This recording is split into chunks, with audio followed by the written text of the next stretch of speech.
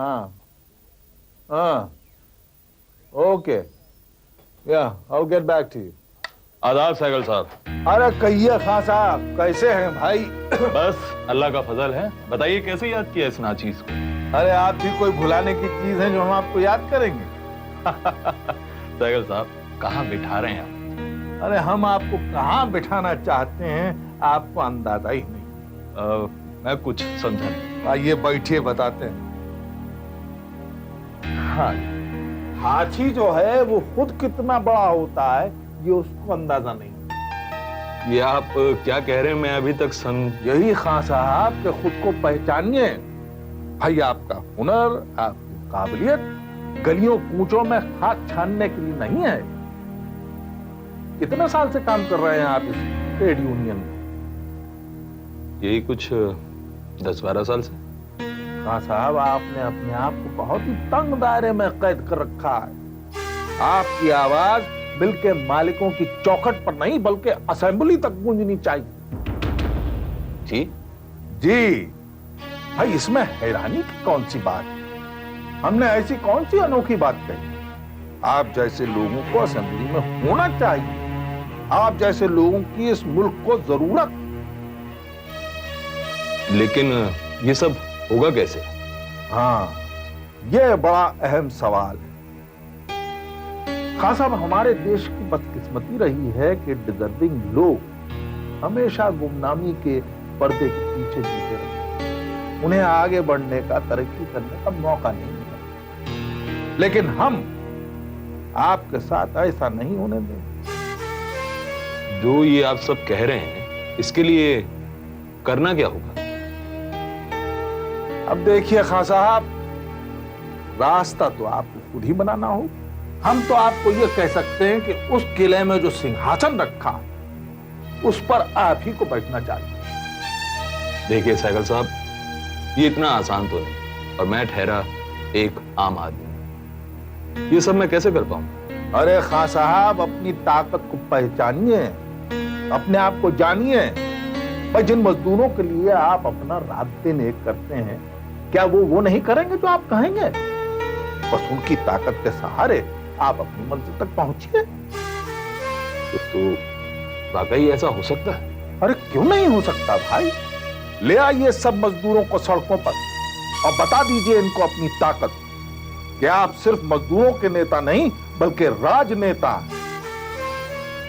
तो इसका मतलब तो फिर ये हुआ ना, हड़ताल। जी हाँ, सिर्फ हड़ताल ही नहीं और बहुत कुछ करना पड़ेगा आपको। हाँ साहब, जिस मुकाम पर हम आपको देखना चाहते हैं वहां यूं ही थोड़ी पहुंच जाता आदमी। देखिए साहब, हड़ताल करने से सैकड़ों हजारों मजदूर भूखे मरने लगे, और मैं अपने निजी फायदे के लिए उनके साथ नाइंसाफी कैसे कर सकता हूं? अरे खां साहब, उसकी फिक्र आप क्यों करते हैं? हम हैं ना। हम आपसे वादा करते हैं कि किसी भी मजदूर के घर में चूल्हा नहीं बुझेगा, कोई भी परिवार भूखा नहीं सोएगा। ये हमारा आपसे वादा था। ये सब क्या है? ये मांगे हैं सर। किस बात की? देखिए सर, आप तो जानते हैं महंगाई कितनी बढ़ चुकी है। मजदूरों को जो तनख्वाहें मिलती हैं उससे उनका गुजारा होना मुमकिन नहीं है। महंगाई सभी के लिए बढ़ी है खान, प्रेस के लिए भी। पेपर, इंक, नेगेटिव्स सबके दाम बढ़ गए, लेकिन मैंने तो कभी किसी तरह की कटौती की बात नहीं की। मैं तो आज भी वही वेजेस दे रहा हूँ, वही महंगाई भत्ता, वही ओवर टाइम, सब कुछ दे तो रहा हूँ और टाइम पे दे रहा हूँ। जी बिल्कुल सही सर। लेकिन अखबार से होने वाला फायदा जब आप उठाते हैं तो उसका घाटा भी तो आप ही उठाएंगे ना सर। मजदूर तो बेचारे अपना आधा पेट रहकर काम कर रहे हैं, और किस तरह की कटौती आप करना चाहेंगे? देखो भाई, ऐसा है कि महंगाई की मार हर तरफ पड़ी है, इसलिए हम लोग ग्राउंड रियलिटीज पे बात करें तो ज्यादा अच्छा है। ये तो बहुत अच्छा है सर, क्योंकि मजदूर भी यही चाहते हैं। चलिए बताइए आप। फिलहाल मैं 5% महंगाई भत्ता बढ़ा देता हूं। उसके बाद जैसे जैसे प्रेस की रेवेन्यू बढ़ेगी, सैलरीज भी बढ़ती चली जाएंगी। सर, प्यास से हमारा दम घुट रहा है। पानी की चंद बूंदों से हमारा भला नहीं होने वाला, और ये किसी भी मजदूर को मंजूर नहीं होगा। मजदूरों को समझाना तुम्हारा काम है, सारी बातें बताओ उन्हें। बातों से पेट नहीं भरता सर। भाइयों के चूल्हे ठंडे पड़े हैं, उनको रुपयों के ईंधन से धोखना होगा। फिलहाल प्रेस की ऐसी हालत नहीं कि उनकी तनख्वाहें बढ़ाई जा सके। तो ठीक है सर, मजदूर भी मजबूर हैं, वो ऐसे हालात में काम पर नहीं आ सकते। तुम मुझे धमकी दे रहे हो? जी नहीं, सच्चाई बता रहा हूं। हाँ, किसके कहने पर तुम मजदूरों को भड़का रहे हो? किसके सिक्के खरीद डालना है तुम्हें? सर, मैं एक मजदूर हूं। मजदूर इतना बेईमान नहीं होता कि किसी धन्ना सेठ के सिक्के उसे खरीद सके। मैं आपसे आखिरी बार पूछ रहा हूं, आप मजदूरों की तनख्वाहें बढ़ाना पसंद करेंगे या इस प्रेस में ताला लगवाना? चौहान ने आज तक धमकियों के आगे झुककर धंधा नहीं किया। मुझे अफसोस है सर आपके इस फैसले पर, और उम्मीद करता हूं एक दिन आपको भी।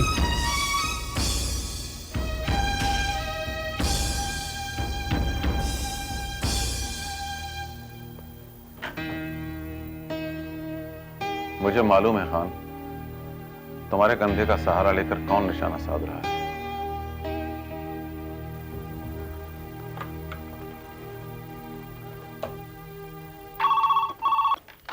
हेलो। मैं ये तो सोच सकता था जयदेव कि तुम एक घटिया इंसान हो, लेकिन मैं ये नहीं जानता था कि तुम इस कदर जलील और कमीने निकलोगे। ये क्या कह रहे हैं आप? हजारों मजदूरों को हड़ताल की आग में झोंक कर तुम अपने दिल को ठंडक पहुंचाना चाह रहे हो। हड़ताल? कैसी हड़ताल? ये तुम्हारी जिंदगी की सबसे बड़ी भूल है जयदेव। मुझे बर्बाद करने की हसरत में तुम ये भी भूल गए कि जिन गरीब मजदूरों को तुमने अपना हथियार बनाया है, एक दिन उन्हीं की बद्दुआ तुम्हें बर्बाद कर देगी, तबाह कर देगी।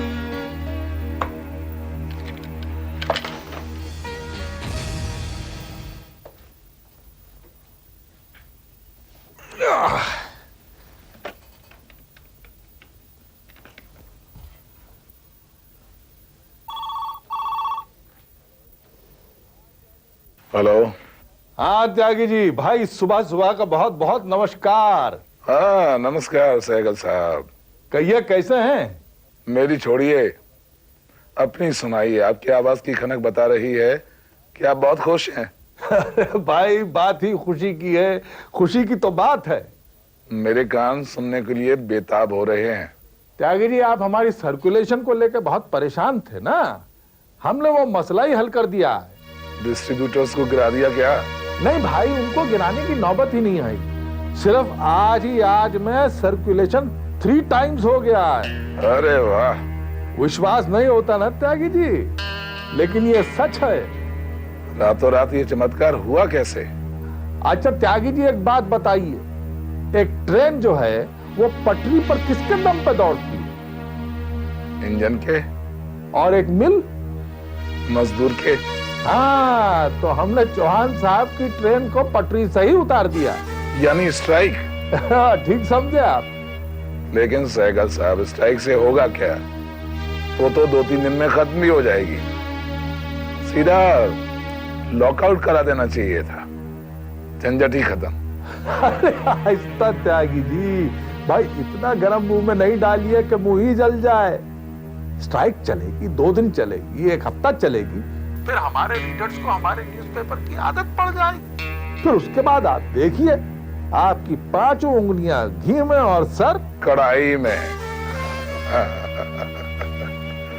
वाह सहगल साहब, वाह। वाकई हर रोज आपसे कुछ ना कुछ नया सीखने को मिलता है। भाई हम तो दरिया हैं, अपनी मंजिल हमारे सामने है, वो दिखनी चाहिए, बस हम किसी न किसी तरह रास्ता बना ही लेते हैं। वाह वाह वाह वाह वाह। वाह सहगल साहब, चौहान साहब को क्या खूब पटकनी दी है आपने।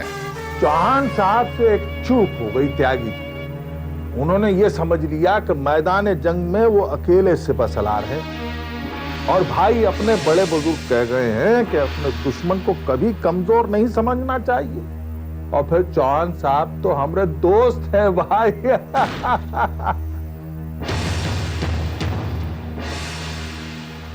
त्यागी जी, हम आपको बाद में फोन करते हैं। आओ जय बाबू। भाई, तुमने खुशखबरी सुनी? हमारे अखबार का सर्कुलेशन 3 गुना बढ़ गया। हाँ, एक्सप्रेस न्यूज में स्ट्राइक करवाकर। हाँ, हमने भी कुछ ऐसा सुना है। चलो, इसी बहाने सही हमारी सर्कुलेशन तो बढ़ी ना। मजदूरों को भड़काकर उनसे उनकी रोजी रोटी छीनकर आप अपना फायदा गिनने बैठे हैं। ये तुम हमसे किस तरह से बात कर रहे हो? मैं तो सिर्फ बात कर रहा हूं, लेकिन आपने जो किया है वो बहुत ही गलत है। देखो, क्या सही है और क्या गलत है ये तुम नहीं जानते, इसीलिए पूरी बात सुने बिना रिएक्ट कर रहे हो। कुछ तुम्हारे लिए ठंडा मंगवाएं? पी लो, जरा दिमाग ठंडा हो जाएगा। आप जानते हैं चौहान साहब इसके लिए मुझे जिम्मेदार ठहरा रहे हैं। जाहिर है भाई, वो तुम पर शक करेंगे, तुम उनके लिए काम करते रहे हो और मजदूरों में भी तो तुम्हारा बड़ा दबदबा रहा है। सहगल साहब, आपने ऐसा क्यों किया है? आपने चौहान साहब की प्रेस में हड़ताल क्यों करवाई है? अरे, वहां की हड़ताल से तुम क्यों इतना परेशान हो रहे हो? उल्टा तुम्हारी अखबार को तो फायदा ही हो रहा है ना। इसी स्ट्राइक की वजह से घर घर पहुंच रहा है तुम्हारा अखबार। मैं इस अखबार को अपने कलम की ताकत से घर घर तक पहुंचाना चाहता हूं, ना कि ऐसी गिरी हुई और गंदी तिकड़मी चालों से। चौहान साहब के यहां जो स्ट्राइक हो रही है उसकी वजह से तुम बहुत परेशान। लेकिन क्या तुम जानते हो कि चौहान साहब ने अपनी अखबार की साख बनाए रखने के लिए ऐसी कई चालों का सहारा लिया? ये क्या कह रहे हैं आप? ठीक कह रहे हैं। और अगर तुम्हें विश्वास नहीं है तो पूछो जाके अपने साफ सुथरे और ईमानदार चौहान साहब को। हमारा अखबार ना बिके उसके लिए हमारे डिस्ट्रीब्यूटर्स को मोटी मोटी गड्डियां भेजने की क्या जरूरत है? भाई, उनका अखबार तो बहुत पुराना है और बहुत अच्छी तरह चल रहा था, तो फिर उनको यह सब करने की क्या जरूरत थी?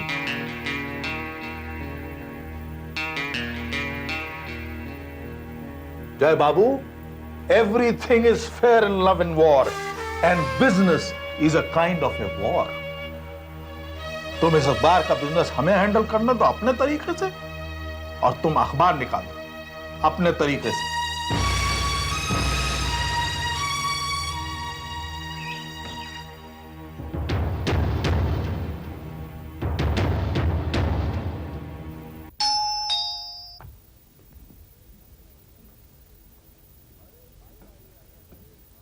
अरे आइए आइए आइए जयदेव साहब, आज अचानक हमारे गरीब खाने पे कैसे?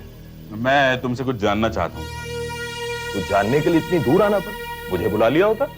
सच्चाई जानने के लिए उसकी तह तक पहुंचना बहुत जरूरी होता है। तुमने ये हड़ताल क्यों करवाई है खान? वो क्या है जयदेव साहब, कोई सूरत ही नहीं बची थी, तो आखिरकार ये रास्ता अख्तियार करना पड़ा। हड़ताल मजदूर का आखिरी हथियार होता है अपनी बात मनवाने के लिए। मुझे लगता था कि आपको ये बात मालूम होगी। खैर, कोई बात नहीं, मैं बताता हूं आपको। कोई भी मजदूर जानबूझकर हड़ताल पर जाना नहीं चाहता। हड़ताल पर जाना मजदूरों की मजबूरी थी या तुम्हारी?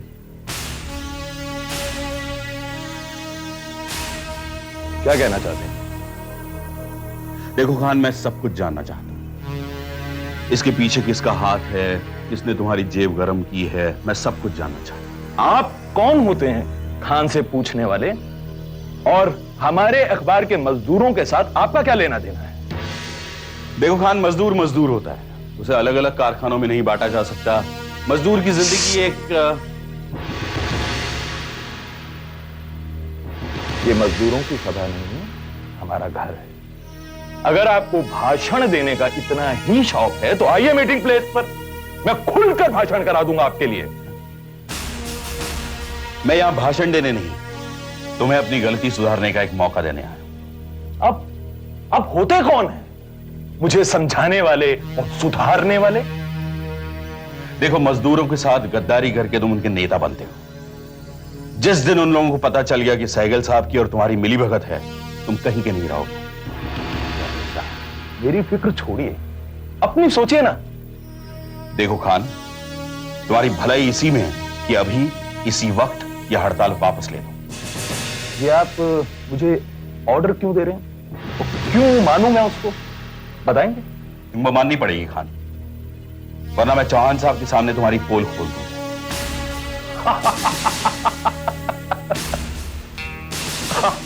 आप पोल खोल देंगे? आप हैं? नहीं। जो आदमी अपना फायदा उठाने के लिए रातों रात अपनी कंपनी छोड़कर सहगल साहब के साथ हाथ मिला लेता है, वो आदमी पोल खोल देता है। चलिए मान लेते हैं, आप जाके बता देंगे। क्या बताएंगे उनको चौहान साहब को? कि मैं सहगल साहब के साथ मिलकर उनकी प्रेस में हड़ताल करवा रहा हूं, यही बोलेंगे? अच्छा, आपने ये बोल भी दिया, तो ये बताइए मानेगा कौन? चौहान साहब? नहीं। देखिए जयदीप साहब, आप किसी के पराये मामले में अपनी टांग मत अड़ाइए, ना आपकी टांग में तकलीफ होगी, हमें नहीं।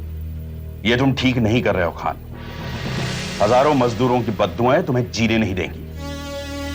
उन्हें भूखा मारकर तुम सुख के समुद्र में गोता लगाना चाहते हो? मेरे भाई, अपने भाइयों की चिंता मैं किसी गैर से कहीं ज्यादा जानता हूं। चलिए मैं आपको बता दूं, सहगल साहब की जब तक तिजोरी खुली रहेगी, कोई मजदूर भूखा नहीं सोएगा। जिस दिन सहगल साहब की तिजोरी बंद, उस दिन हड़ताल बंद। तो अरे जयदेव साहब, आपको ये बात बिल्कुल एकदम साफ है ना? तुम वाकई उस जोंक की तरह हो जो खुद जिंदा रहने के लिए इंसान के जिस्म से खून का आखिरी कतरा तक पी जाता है।